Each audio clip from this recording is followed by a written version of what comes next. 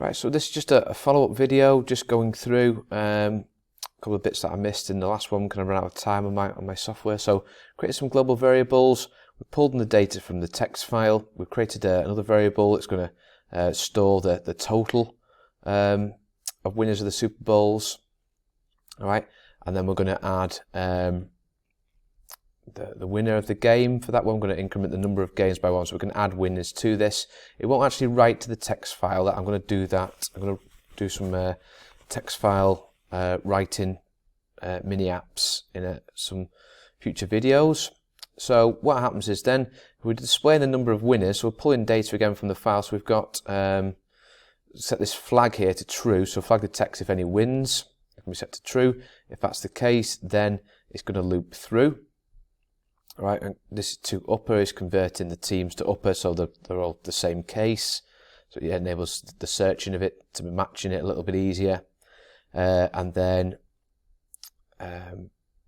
it's going to add those to the list box. All right, if they've won one, if it finds a match. Then it's going to set it to false, and obviously the loop's going to end. And if you search for a team that isn't in the list, in the text file, it's going to pop up with that. So a bit of validation as well, which is quite good to build in. And then finally, we're going to add a winner.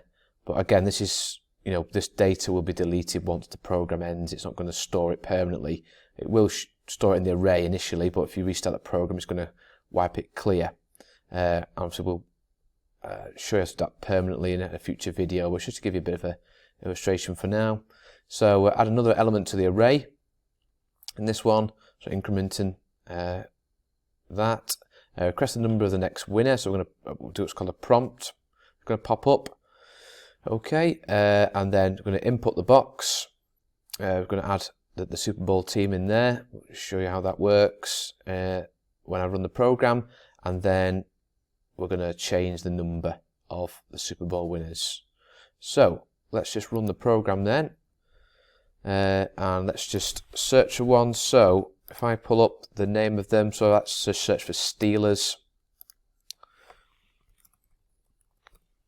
If we run that, so it finds the number of the Super Bowl that they won. So just checks it 1, 2, 3, 4, 5, 6, 7, 8, 9, 10. So you can see there, and then again 13, 14, and obviously further down. So that's working well. All right, and then finally, so just to show you the prompt box that pops up, so we're going to enter the winner for the next game. So let's say Manchester somehow have a American football team. Click OK, and that's like incremented and gone in now. So if I then search for like Manchester currently, I mean this won't write Manchester to the text file list, but again I'll do that in another video. If I type in the array though, it has changed it. So if I display now Manchester, that's the 45th, which is the last one. All right, and if I want to add another winner, so number 46.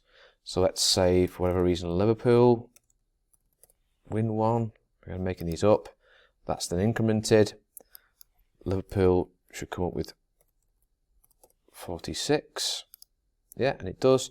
If I type something else that isn't there, so if I type Spurs, for example, I know they're not in.